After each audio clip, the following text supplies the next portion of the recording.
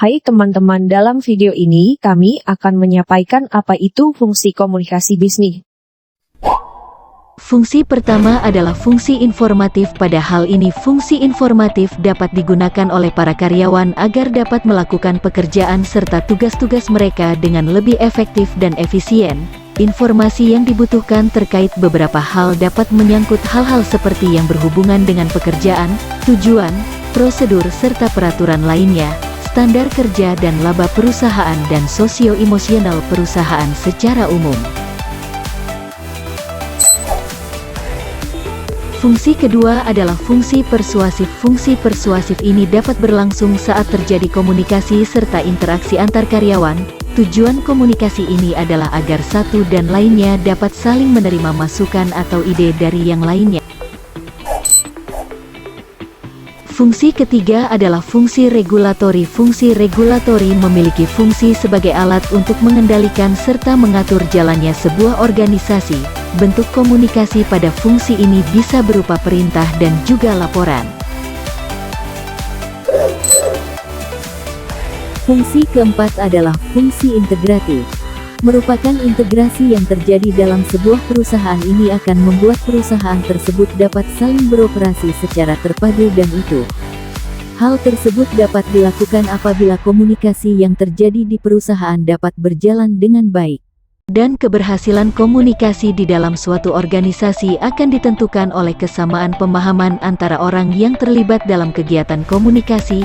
Kesamaan pemahaman ini dipengaruhi oleh kejelasan pesan, cara penyampaian pesan, perilaku komunikasi, dan situasi, tempat dan waktu komunikasi.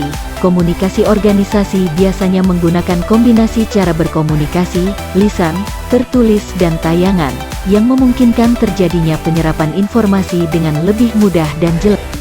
Hasil studi tentang perilaku bisnis di kalangan eksekutif menunjukkan fakta bahwa kemampuan berkomunikasi merupakan unsur pokok di antara berbagai faktor personal yang diperlukan untuk mempromosikan manajemen organisasi atau mengatasi konflik manajemen.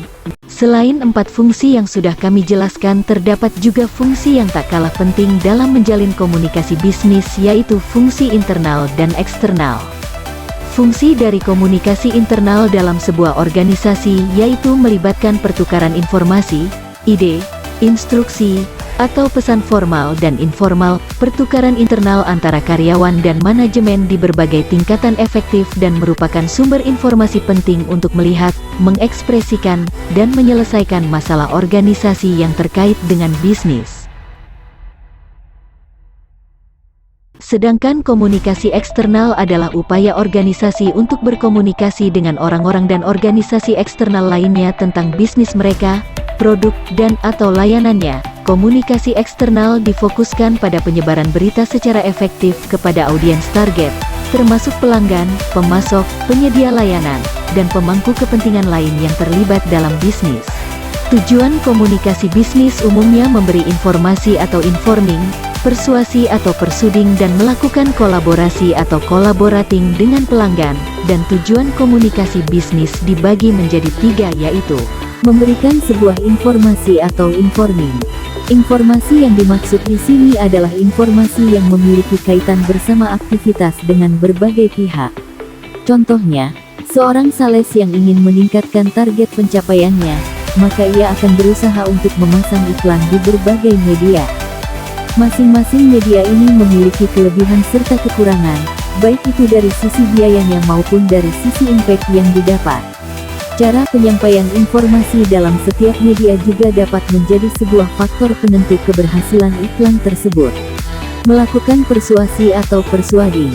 Persuasi adalah cara terbaik untuk melakukan komunikasi yang dapat digunakan saat ingin mempengaruhi dan meyakinkan orang lain.